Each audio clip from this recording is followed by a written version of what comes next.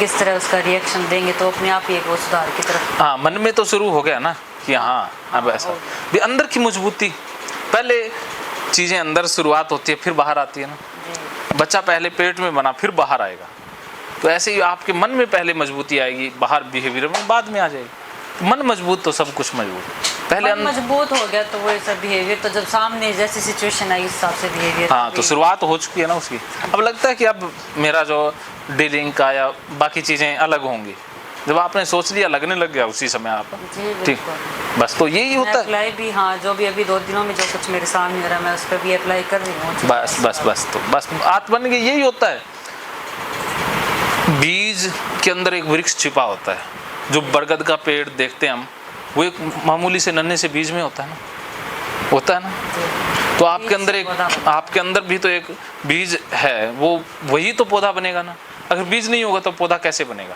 तो आपके अंदर सुधार अंदर शुरू हो गया तो बाहर पेड़ बन ही जाना है, लेकिन अंदर सुधार शुरू नहीं हुआ, अर्थात कुछ ना कुछ हलचल नहीं हुई तो नहीं बात बनती। हलचल शुरू हो गई तो नहीं, अंकुरित तो होना ही होना है। हाँ, बस हलचल, हलचल, ओनली हलचल, ज़्यादा कुछ नहीं। कुछ एकदम से नहीं बदलेगी क्योंकि वो तो समय के हिसाब से होगा ना, तो उसका इफेक्ट तो बाद में आएगा।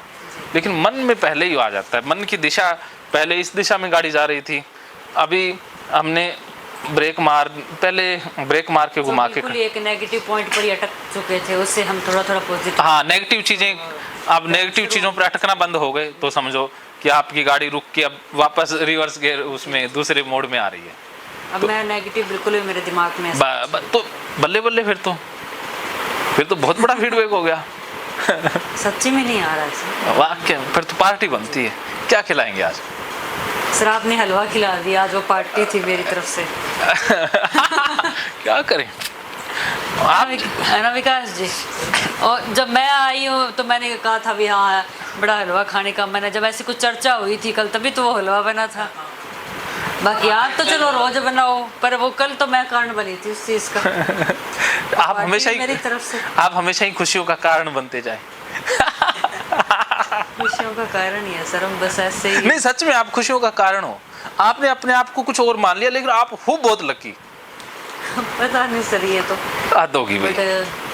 सर खुद को इतना, हाँ इतना तो मैं कहती हूँ, मैं इतना वो नहीं थी जैसे अब मैं हो चुकी हूँ। मैं एक हंसमुख टाइप की थी, सब हंसाती रहती थी, मेरे को छेड़खानी करने के लिए यही सब यहाँ आते थे, मेरे अंदर रही है। ऐसे किया करो, आपके छेड़खानी में ना बड़ा एक सेंस ऑफ ह्यूमर होता है।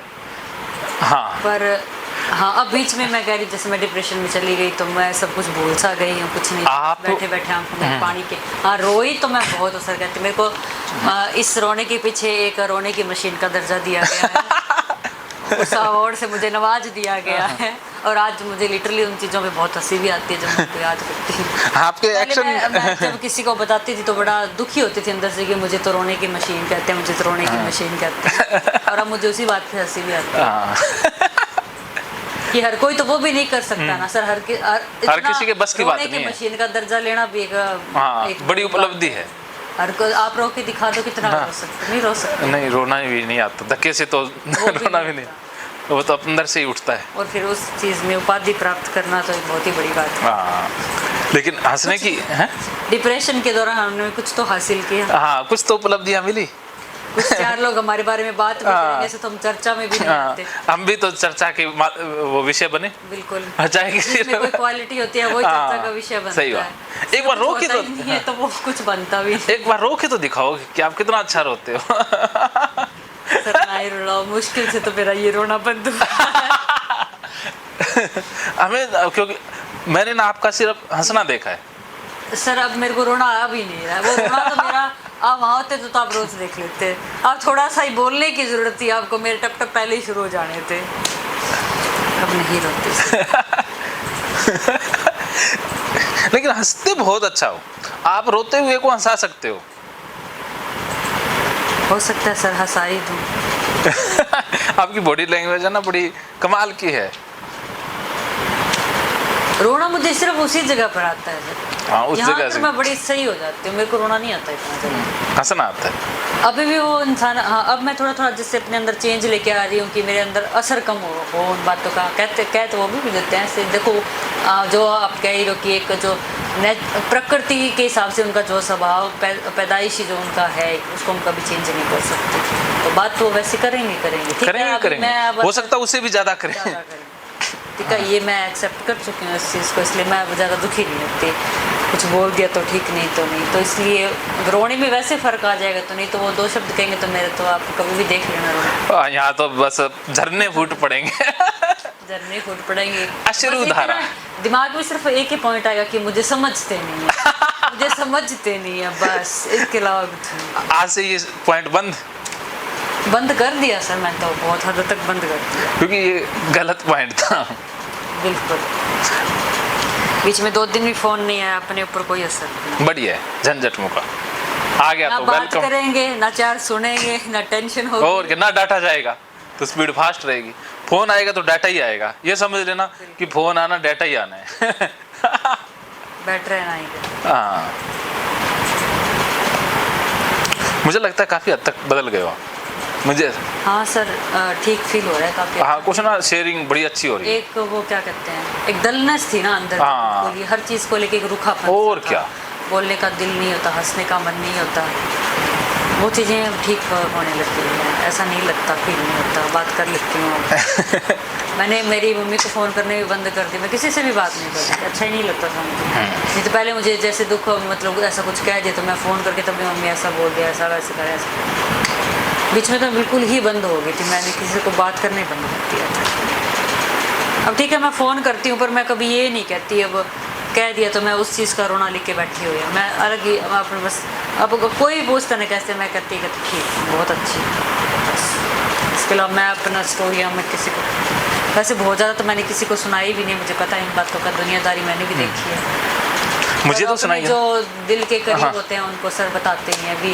एक वो दुख निकलना भी अंदर से जरूरी है, जरूरी, बहुत जरूरी है, क्योंकि वो दब दब कर ही तो आज तक इस अवस्था में पहुंचे। इस अवस्था तक हम पहुंच चुके हैं। इसलिए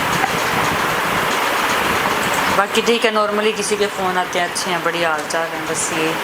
हाँ, अपने हस्बैंड की बुराई भी मैं ऐसे हर किसी के सामने नहीं करती सर, मेरी बहुत बड़ी फैमिली है। देखो आज सिचुएशन ठीक है, थोड़ी ख़राब है, कल को हो सकता है वो भी समझ जाए, बहुत अच्छा करनी भी नहीं चाहिए, क्योंकि वो लोग फिर और ज़्यादा इमेज फिर जब सबके मन में जो क्रिएट होगी ना कि ये पर्सन ऐसा है, मुझे तो देखो ठीक है, मैं तो हर चीज़ को एक्सेप्ट कर जाऊँगी कि अच्छा, पर मैं अपने परिवार में उनकी इज्जत कम कर दूंगी। कम कर दोगे, उससे ना आपको भी नुकसान होगा, वो लोग आपकी भी इज्जत थोड़ी कम कर देंगे। कि जब होता है ना कि आदमी बराबर खड़ा होता है ना, तो औरत का वो सबसे बड़ा सपोर्ट होता है, उसी के पीछे उसकी पहचान भी बन जाती है। और जब हम खुद ही उसको ख़त्म कर देंगे तो वही बात है। ठीक है, वो है कि चलो दुख होता है तो एक माँ अपने सबसे करीब होते हैं, या मेरा भाई अभी ठीक है, वो मुझसे रोज़ एक बार फ़ोन ही तो मैसेज ज़रूर करके मुझसे पूछता है, थोड़ा वो चलो उन तक बता दिया, पर ये नहीं मेरे चाची को भी पता है, मेरी ताई को भी पता है, या नहीं, बस 2-4 लोग जो मेरी ज़िंदगी के बिल्कुल करीब है, सिर्फ उन्हीं को पता है कि कल कुछ प्रॉब्लम आती है तो जो मुझे संभाल सके, इसके अलावा किसी को भी नहीं। चाहे मेरे ससुराल की फैमिली है तो इसमें भी मेरे ससुर और 8 भाई हैं, 3 वो 12 करके है बुआ। नहीं, मैं 2 महीने भी पहले की कंडीशन में कि उन्होंने पूरा छोड़ दिया था, मैंने आपको बताया था कि बस फाइनली 100% है, अब तो कोई चांस ही नहीं रखने का। तभी मैं 2 महीने रह गई, और क्या किस लिए आई है, बस पेट ख़राब है तो यहाँ से ट्रीटमेंट, वहाँ का कुछ भी कह दो, लैंग्वेज समझ में नहीं आती, कम्युनिकेशन नहीं हो पाता है कुछ भी। सिर्फ वो एक बात घर तक ही सीमित थी, किसी को भी आज तक नहीं पता पूरे परिवार में, की बात यहाँ तक भी बढ़ चुकी है। कोई फ़ायदा नहीं होता सर, लोग सिर्फ इज्जत ही कम करेंगे, मजाक बनाएंगे। कौन आजकल है जो अंदर से किसी का दुख समझ कर उसका हेल्प करता है? कोई नहीं होता है। बेटर है कि आप देखो, ज़िंदगी तो लास्ट तक उसी के साथ ही गुजरनी है। चाहे ठीक है, अभी तक मैं उन चीज़ों को दुख में वो करके जी रही थी, अब मैं चीज़ों को थोड़ा चेंज करके जीऊँगी तो मैं भी सुखी रहूँगी।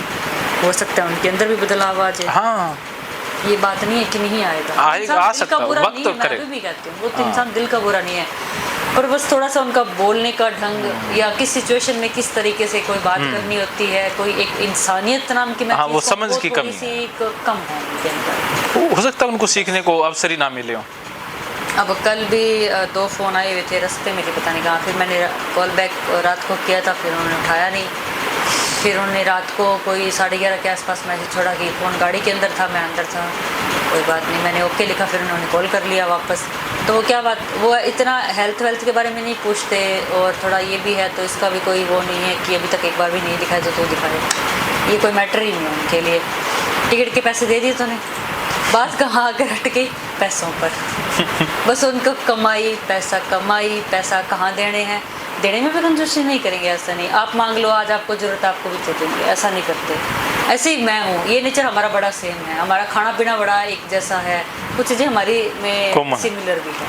इसका मतलब मेरे को पैसों की जरूरत होगी, अब मेरे को हाँ, चिंता की जरूरत नहीं है। नहीं सर, कोई चिंता की जरूरत मजाक नहीं कर रहा हूँ। नहीं, लिटरली। और हम इतना वो भी नहीं सोचते कि हमारा डूब गया तो हम बड़े शौक में चले गए, हमारा दिया नहीं, उनका भी डूबा है, मेरा भी डूबा, जब हमारा रिश्ता भी नहीं जुड़ा था। पर इस चीज़ को लेकर हमारा दोनों का दिल एक जैसा ही है, हम देने में बिल्कुल भी बस इतना ही सोचते हैं, ठीक है नहीं है तो दान कर दिया, अभी जिसको ज़रूरतमंद को ही तो दिया था ना, वो जाना है उसके कारण, बस कोई बात नहीं।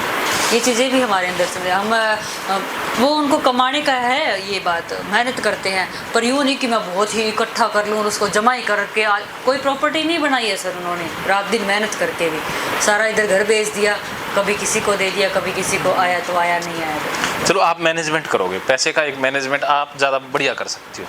किया था सर, मैं रेस्टोरेंट साथ में संभाल ही रही थी, सारा कुछ मैं कर ही रही थी, क्योंकि पूरा दिन फुल काम चलता है सर। अब मैं फ्राइडे सैटरडे और संडे तो इतना होता है बंदे को रोटी खाने का भी टाइम नहीं होता, पूरा दिन रात के बाद। आप एक लड़की रख लो कोई असिस्टेंट साथ में, जैसे मेन काम। ज़रूरत ही नहीं, मैं अकेले भी बड़ा अच्छा, क्योंकि फिर हमें ये भी होता है ना कि जितना हमारा खर्चा लग रहा है तो उसके सारे बिल, जैसे आज इतना सामान आया, सैलरी दी है, गैस सिलेंडर का लग रहा है, बिजली का लग रहा है, रेंट दे रहे हैं या जो भी है, सबका हिसाब हम एक फ़ाइल मैंने लगा रखी है, मैं उसमें सब रखती हूँ।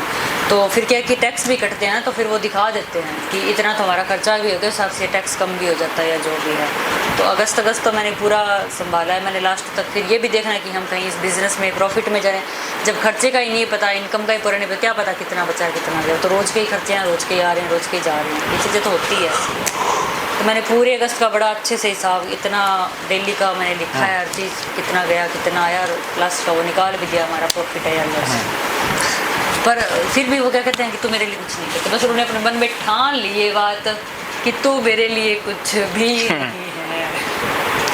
चलो मैंने कहा कोई बात नहीं, मैं कहा आप उनसे नहीं होते ये कि तुम बिल मतलब फाइल में लगा ले या स्टेपल कर ले, इन चीज़ों को ढंग से आएंगे, बस उस मेज पे यूँ ही पैसे रखे रहेंगे, यूँ ही बिल फेंक देंगे, वो उनसे नहीं होता। हाँ, बाहर का जितना करवाए रखो, मेहनती भी बहुत है, ऐसा नहीं है, चाहे आप पूरा रात दिन काम करवा लेना तो भी बंदा ये नहीं कहेगा कि मेरे को रेस्ट चाहिए। रात को 2 बजे भी सोएंगे, जब 5 बजे उठ के कोई काम करना तो वो 5 बजे ही उठे, ऐसा आलसी वैसे आलसी नहीं है बिल्कुल। पर उनका ध्यान क्या है, सिर्फ कमाई का था, फैमिली उनके लिए कोई वो रही नहीं, तो वो बस ये समझते हैं कि इतने सालों से बस उसी चीज़ में वो हो गया ना, उनका परिवार के पास रहे ही नहीं है, क्या पता उनको वो चीज़ें उनके बैठ गई है क्या। थोड़ा सा मैं नहीं समझाती हूँ कि घर वाले भी इन चीज़ों को उनको समझा रहे हैं, बेटा परिवार को भी टाइम दे, वो भी बड़ा इंपॉर्टेंट होता है, सब कुछ पैसा ही नहीं होता है ज़िंदगी में। शायद समझ में आ भी जाएगी, पर हो सकता है थोड़ा टाइम भी लगे इन चीज़ों को। बाकी बुरे नहीं है, पर खुद की जो कुछ चीज़ें हैं वो अगर सुधार ले तो। मैनेजमेंट में गड़बड़ी है, लाइफ का वैसे नहीं, बोलते टाइम नहीं सोचते क्या शब्द बोलने हैं।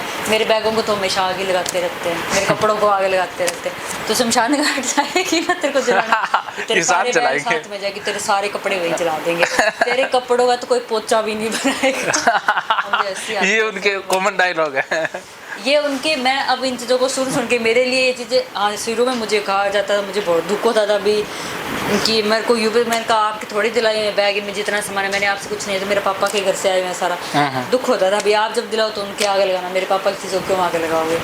अब तो मेरे लिए चीज़ भी बिल्कुल एक कॉमेडी टाइप नहीं है कि इनके फिक्स जो डायलॉग है ना वो मैं पहले ही कह सकती हूँ, क्या कुछ भी बात होगी आग बैगों को ही लगेगी, आग बैगों को ही लगेगी। मैं पिछली बार जब ट्रीटमेंट के लिए ओसीडी का जब मेरा थोड़ा ज़्यादा था, घबराहट एंजाइटी काफ़ी सीवियर थी उस टाइम पर, मेरे को एयरपोर्ट पर छोड़ के गए तो मुझे सब बोल गए, पहले तो उन डॉक्टर को ये कह देना अभी ये बैग है ना जो ये मेरे लिए सबसे इम्पोर्टेंट है। जाते ही पहले डॉक्टर को तुम यही बात बोलेगी, मैं कहा ठीक है। इस टाइप से करते हैं सब, पता नहीं मेरे बैग से उनको क्या प्रॉब्लम। ये बैग है।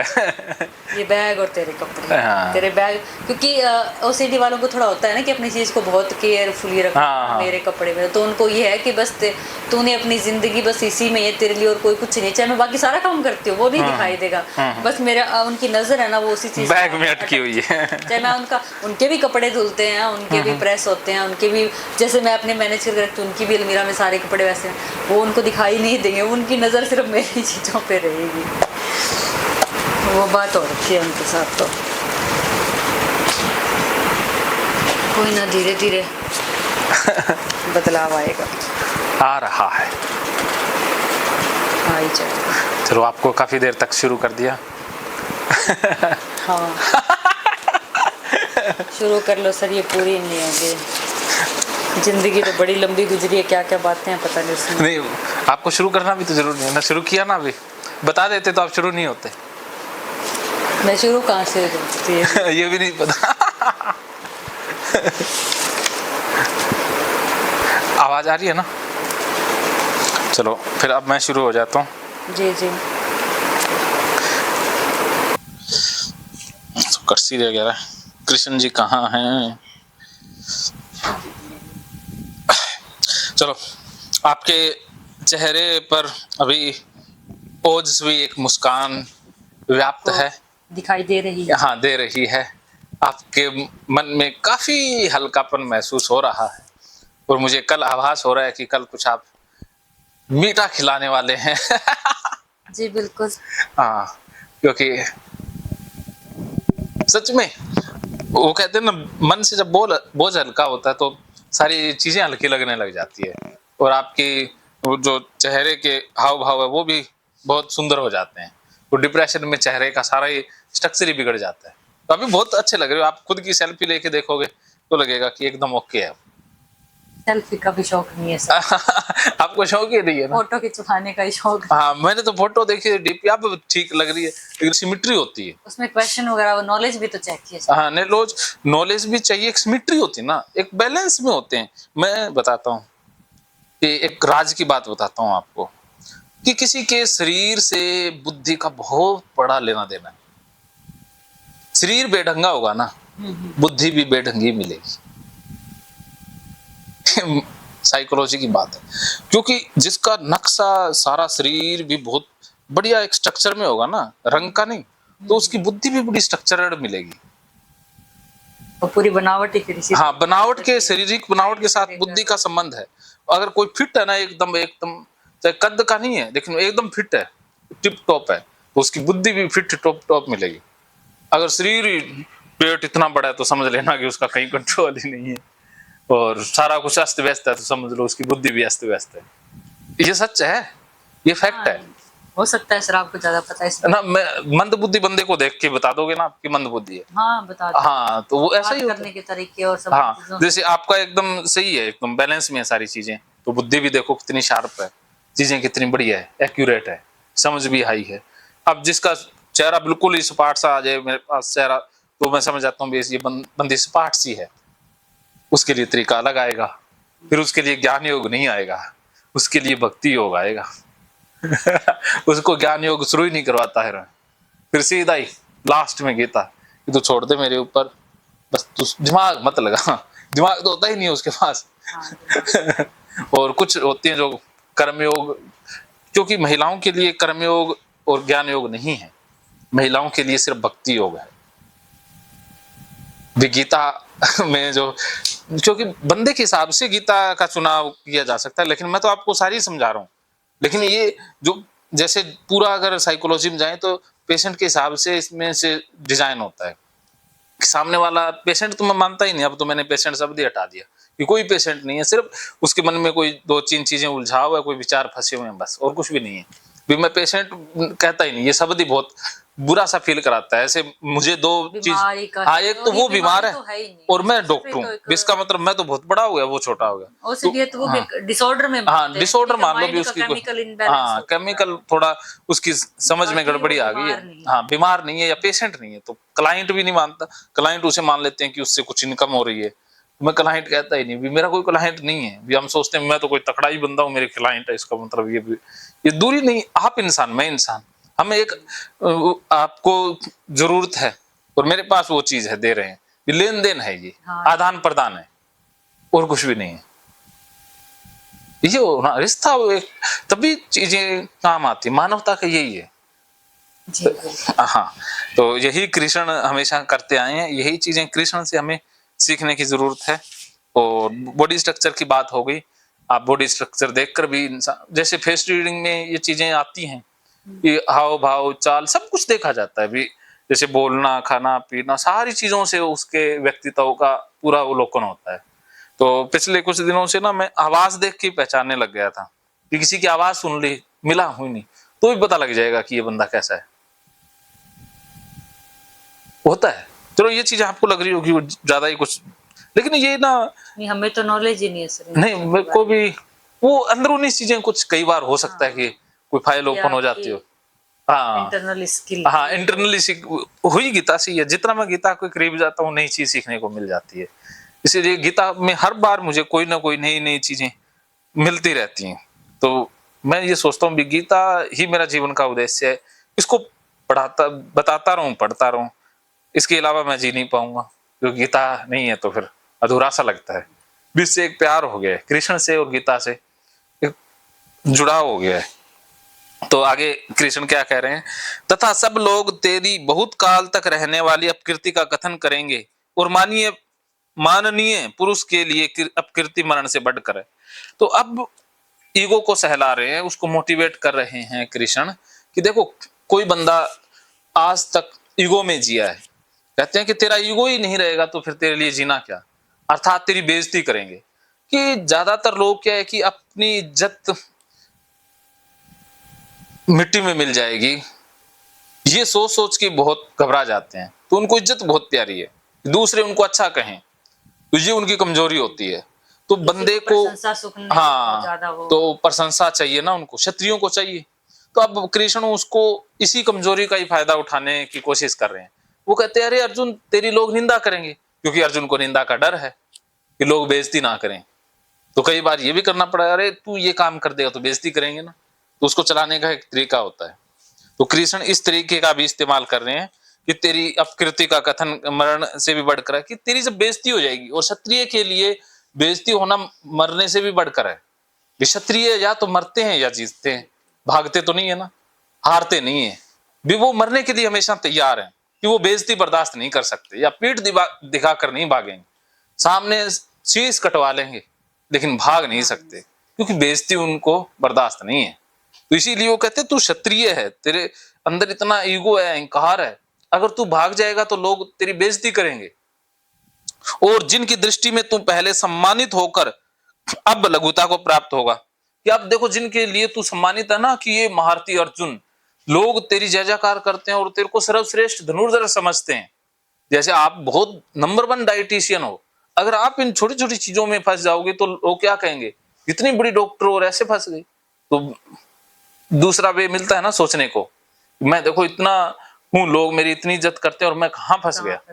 हाँ, तो ऐसे ही कृष्ण अर्जुन को निकाल रहे हैं कि वे महारथी लोग तुझे भय के कारण युद्ध से हटा हुआ मानेंगे। कि महारथी फिर कहेंगे देखो अर्जुन पहले तो बड़ा महारथी बनता था, अब देखो ये भागा हुआ अर्जुन, भी लोग तेरे ऊपर ताने कसेंगे। तो इससे बढ़कर इससे बुरी कोई बात नहीं होगी। तेरे वैरी लोग तेरे सामर्थ्य की निंदा करते हुए बहुत से न कहने योग्य वचन कहेंगे, इससे अधिक दुख और क्या होगा।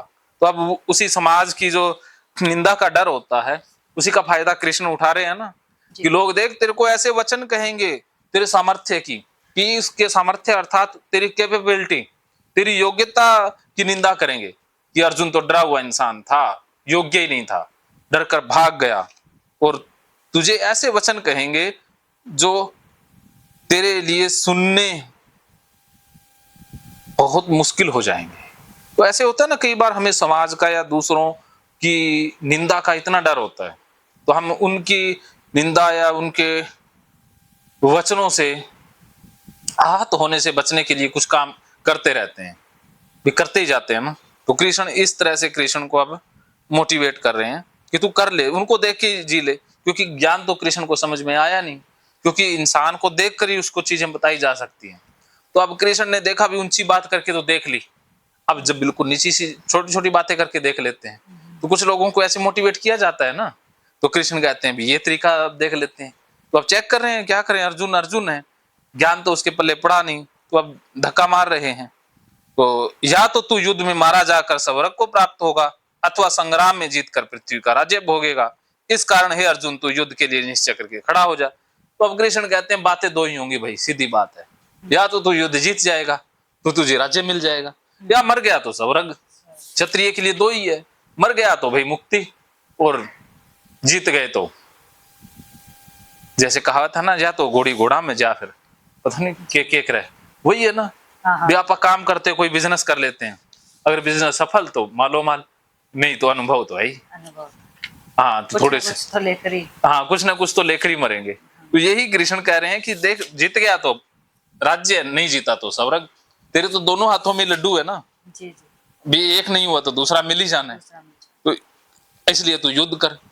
कृष्ण फिर से गीता बंद कर देते हैं, कृष्ण का मूड नहीं है आगे बताने का, उन्होंने 2-3 तरीके इस्तेमाल करके देख लिए। तो अब देखते हैं अर्जुन के ऊपर इसका क्या असर पड़ा। लगता नहीं है कि अर्जुन मानने वाला है, अर्जुन के ऊपर कुछ भी असर नहीं पड़ा। कृष्ण अर्जुन की तरफ देखते हैं, अर्जुन वैसा का वैसा ही, कोई असर नहीं हो रहा। ऐसा होता है ना डिप्रेशन में, तो कुछ भी बोलते जाओ, आपने महसूस किया है, कोई असर ही नहीं होता, कोई फर्क ही नहीं पड़ रहा, कोई फर्क नहीं पड़ता। अब क्या करें, कृष्ण तो अब फंस कृष्ण भी गए हैं। अब सामने अर्जुन मिल गया, वो भी डिप्रेशन में पूरी तरह से। कई बार काउंसलर भी फंस जाता है, अब सामने असर ही नहीं हो रहा तो वो करे क्या, नहीं असर हो रहा तो उसको तरीके भी बदल रहे, असर नहीं हो रहा तो फंस जाता है ना बंदा। इलाज तो करना है, ऐसा तो नहीं है कि भाई भाग जाओ, भी नहीं इलाज होता, भाग भी नहीं सकते, करना तो होगा, प्रयास तो नहीं छोड़ सकते। अब कृष्ण बहुत से मौकों पर फंसे हुए हैं। जैसे जब मौत सामने थी, बहुत से मौकों पर फंसे हैं ना, जब मृत्यु उनके सामने थी, लेकिन कृष्ण हर बार बच जाया करते थे अपनी चालाकियों से। लेकिन इस बार कृष्ण बुरे फंस गए, क्योंकि असर नहीं हो रहा ना, असर नहीं हो रहा, कृष्ण की बात का असर नहीं हो रहा, फंस गए ना। गीता में बुरे फंसे हैं कृष्ण। अर्जुन सामने, अब उसको छोड़ भी नहीं सकते और युद्ध से भगा भी नहीं सकते, ये भी नहीं कह सकते कि चल भाग जा, कोई बात नहीं। अब कृष्ण फंस गए। देखो कृष्ण की मनोदशा देखो, एक इंसान इतना फंसा हुआ है, देखो लगेगा ना कि अब कृष्ण क्या करेंगे, फंस गए ना। हम भी फंसते हैं, मैं भी फंस जाता हूँ। कोई तरीका बहुत मुझे मान था भी इस तरीके से काम बन जाएगा, तरीका फेल, दूसरा अपनाया फेल, अब फंस गए। अब क्या करें, नहीं होता तो हाँ फंसते हैं ना। तो अब देखते हैं कृष्ण क्या तरीका अपनाते हैं, कृष्ण से ही सीखते हैं। तो कृष्ण अपने आप ही शुरू हो जाते हैं, जय पराजय, लाभ हानि और सुख दुख को समान समझकर इसके बाद युद्ध के लिए तैयार हो जा। इस प्रकार युद्ध करने से तू पाप को प्राप्त नहीं होगा। कृष्ण को पता लग गया कि इसका पाप भाव है ना अभी मिटा नहीं है, पाप का विचार अभी भी इसके मन में ही चल रहा है कि पाप हो जाएगा। तो कृष्ण नए तरीके से बताते हैं कि जय पराजय, कि चाहे तू जीते चाहे हारे, चाहे तुझे हानि हो चाहे लाभ हो, चाहे घाटा लगे चाहे फायदा हो, सुख मिले चाहे दुख मिले, समान समझ करके तो दोनों को बराबर ही समझ ले, बराबर समझकर उसके बाद युद्ध के लिए तैयार हो जा। इस प्रकार युद्ध करने से तुझे पाप नहीं लगेगा। अर्थात आपने किसी लालसा के लिए काम किया ही नहीं, आपने कोई भी काम किया वो किसी फल के इच्छा के लिए नहीं किया, तो उससे जो फल मिलेगा उसका दोष तुझे नहीं होगा। खराब फल भी मिल गया तो तुझे पाप नहीं लगेगा, क्योंकि तेरे मन में था ही नहीं ना, लालच था ही नहीं। अब देखो आपने किसी की मदद कर दी तो आपके मन में कुछ नहीं था भी मुझे बदले में कुछ मिलेगा या अच्छा हो जाएगा, आपके बस कर दी, मन में आया कर दिया, तो अब हो सकता है उसका नुकसान हो गया, तो उसका दोषी आप नहीं हो ना, क्योंकि आपके मन में था, हाँ भाव भी नहीं था। तो कृष्ण कहते तू मन से ये त्याग दे, जय पराजय, तो तुझे पाप नहीं लगेगा, भाव ही नहीं है ना। तो अब देखते हैं अर्जुन के ऊपर इस बात का भी कोई फर्क नहीं पड़ा, फंस गए कृष्ण। फिर से फंस गए ना। इतनी बढ़िया बात तो कही कि समान हो जा, बराबर बैलेंस होकर के, कि तू युद्ध का अभिनय कर, तू एक्टिंग कर। जैसे फिल्मों में एक्टर एक्टिंग तो करते हैं, बेस्ट एक्टिंग करते हैं, कि तू युद्ध करने की एक्टिंग कर, बस चाहे जीत मिले चाहे हार हो। हम बिजनेस करें तो बस बिजनेस को बेस्ट कर दें, चाहे फायदा हो नुकसान हो, अपनी तरफ से बेस्ट एफर्ट डाल दे। तो कृष्ण यही कह रहे हैं कि फिर तुझे पाप नहीं लगेगा, अर्थात तेरा जो डर था ना भी पाप लगेगा, भी मैं इनको मारूंगा तो पाप लगेगा, कहते तू ऐसे युद्ध करेगा तो पाप नहीं लगेगा। अब देखा अर्जुन की तरफ, असर नहीं हुआ, अर्जुन वैसा का वैसा ही बैठा है। अब कृष्ण क्या करें, बहुत फंस गए, बुरे फंस गए। अब कृष्ण को लगा भी ये तो भाई ज्ञान ज्ञान की बातें तो इसके आसपास नहीं फटकती है, अब तो पूरा ही तरीका चेंज करना पड़ेगा। तो वो थेरेपी चेंज कर देते हैं। अब कहते हैं कि हे पार्थ, यह बुद्धि तेरे लिए ज्ञान योग के विषय में कही गई, और अब तू इसको कर्म योग के विषय में सुन। जिस बुद्धि से युक्त हुआ तू कर्मों के बंधन को भलीभांति त्याग देगा, अर्थात सर्वदा नष्ट कर डालेगा। तो कृष्ण कहते हैं अब तक तो मैंने ज्ञान की बातें बता दी, लेकिन अब मैं तेरे को कर्म योग की बातें बताता हूँ। पूरा ही तरीका ही चेंज कर देते हैं। तो अब एक थेरेपी बंद हो गई, जो कोग्निशन वाली थेरेपी थी वो समाप्त। अब नई थेरेपी शुरू कर दी, वो बिहेवियर थेरेपी, कर्मयोग बिहेवियर थेरेपी। कहते हैं जिसके बाद तू ना इस बंधन से मुक्त हो जाएगा, वो बंधा हुआ महसूस कर रहा है ना, पाप पुण्य के बंधन में बंधा हुआ है, सही गलत अपने परायों के बंधन में जो बंध गया, फिर तू मुक्त हो जाएगा। इस कर्मयोग में आरंभ का अर्थात बीज का नाश नहीं है, उल्टा फल रूप दोष भी नहीं है, बल्कि इस कर्मयोग धर्म का थोड़ा सा भी साधन जन्म मृत्यु महान व्यय से रक्षा करने वाला है।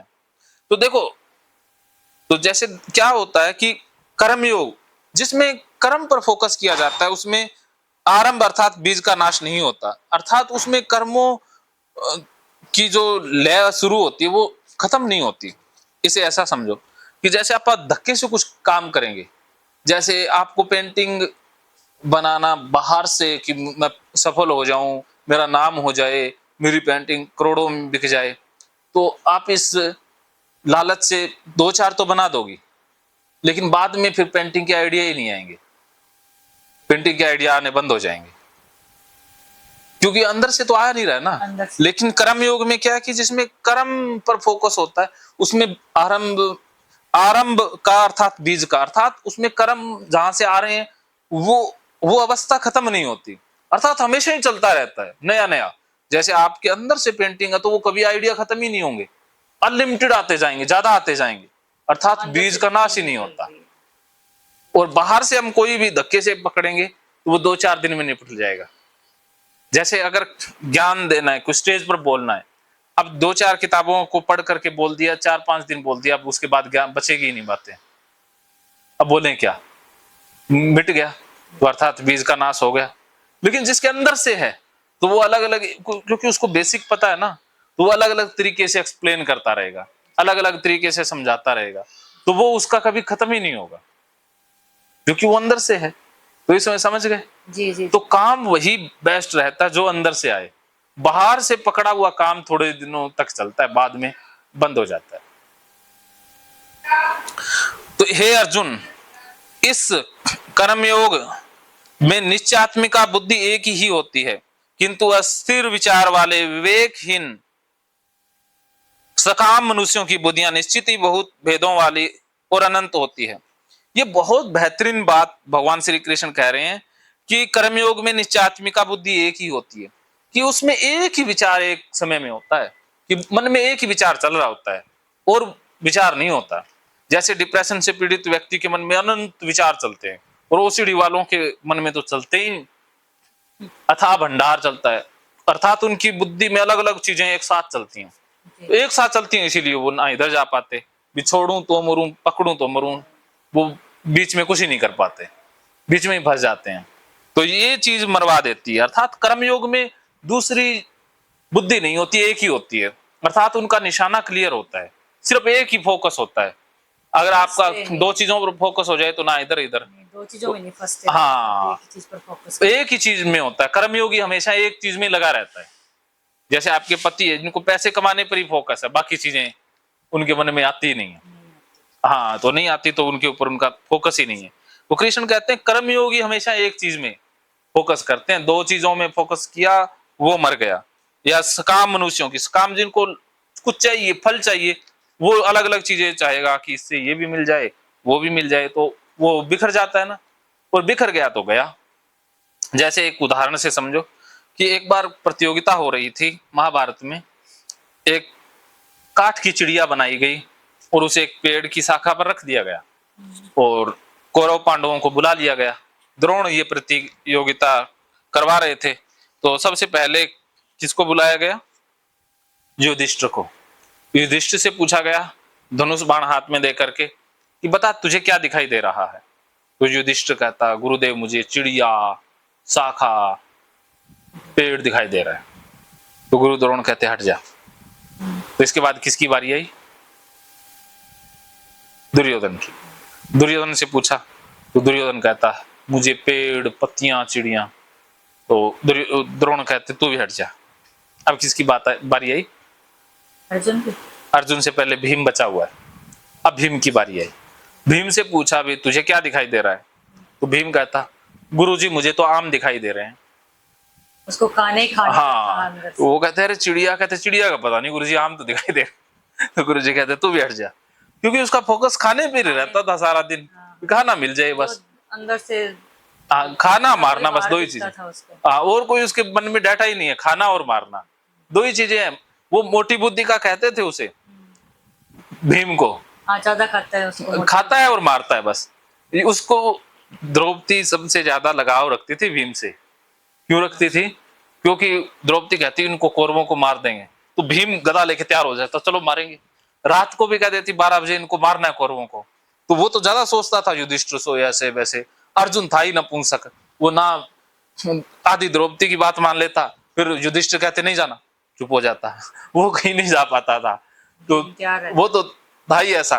लेकिन भीम अड़ जाता ना, अभी चलेंगे, मार देंगे, फोड़ देंगे, सबको लगा देंगे ठिकाने। बस सोच दिमाग तो था ही नहीं, सोचना तो उसका काम ही नहीं था, सिर्फ मारना और खाना। भीम का एक ही आदत थी, जब हम खाने और करने पर ध्यान देते हैं तो हम भीम अवस्था में होते हैं, जैसे पहले दिन समझा था ना हमने। जी जी। तो कंफ्यूजन का नाम अर्जुन है, और सिर्फ खाने और करने पर ध्यान हो तो अर्जुन है। भीम है। हाँ भीम है। हाँ, तो भीम की ये खास बात थी। तो भीम से पूछा द्रोण ने, तो कहता मुझे तो आम दिखाई दे रहे हैं। तो द्रोण कहते भी तू भी हट जा। अब बारी आई अर्जुन की। तो अर्जुन से पूछा भी क्या दिखाई दे रहा है? तो अर्जुन कहता मुझे सिर्फ चिड़िया की आंख दिखाई दे रही है। तो उसको हिलाया डुलाया, कहते अब भी कुछ नहीं दिखाई दे रहा, सिर्फ आंख दिखाई दे रही है। तो फिर कहा भी छोड़ो तीर। तो तीर जा करके आंख में लगा। तो वो होता है ना निश्चयात्मिका बुद्धि, कि बुद्धि में एक ही है, दो नहीं है। तो फिर कोई दुख है? आप देखो आपकी बुद्धियां कहाँ कहाँ भागती है, ये वो उसने, ये अलग अलग चीजों में बिखरी पड़ी है, तो दुख है ना। तो अब बुद्धि को एक निश्चयात्मिका, एक ही काम में ले आओ, मुझे ये करना है बस। चाहे वो आपका काम हो, बाकी जगहों से ध्यान हटा लो। कौन क्या कह रहा है, कौन क्या कर रहा है, वो उसकी समस्या। हमने दूसरे के पचड़ों में, दूसरे के दिमाग में घुसना ही नहीं है। हमने सिर्फ अपना करना है। छोटी सी जिंदगी है, हम दूसरों के मनों में जाकर के भी क्या प्राप्त कर लेंगे? अपना देखना है कि मेरी खुशी किसमें है। ध्यान अपनी खुशी पर हो, दूसरों ने क्या कहा उस पर छोड़ दो। निश्चयात्मिका बुद्धि की एक मेरी खुशी पर ही ध्यान है, बस मेरी खुशी का ही विचार है। जो खुशी के रास्ते में आ रहे हैं उनसे दूरियां बना लो। वैसे शारीरिक दूरियां बनाना संभव नहीं है तो साथ रहो, लेकिन मानसिक रूप से उनको स्वीकार कर लो। मन में उनको उतनी जगह ना दो कि वो आपको परेशान कर पाए। साथ रहो, हंसो बोलो, सब कुछ करो, लेकिन स्वीकार भाव के साथ कि ये कभी भी अपने रूप में आ सकता है, कभी भी इसके अंदर वो प्रवृत्ति हावी हो सकती है, तो परेशानी नहीं। तो हमें अपने लक्ष्य पर फोकस रखना है बस। तो यही कृष्ण कह रहे हैं कि तू देख कि जो विवेकहीन, जो बुद्धिहीन होते हैं ना, वो अस्थिर विचार वाले, कि उनके विचार बदलते रहते हैं। कि जैसे मेरा जो कोई भी बिजनेस करता है वो ये भी सोच ले कि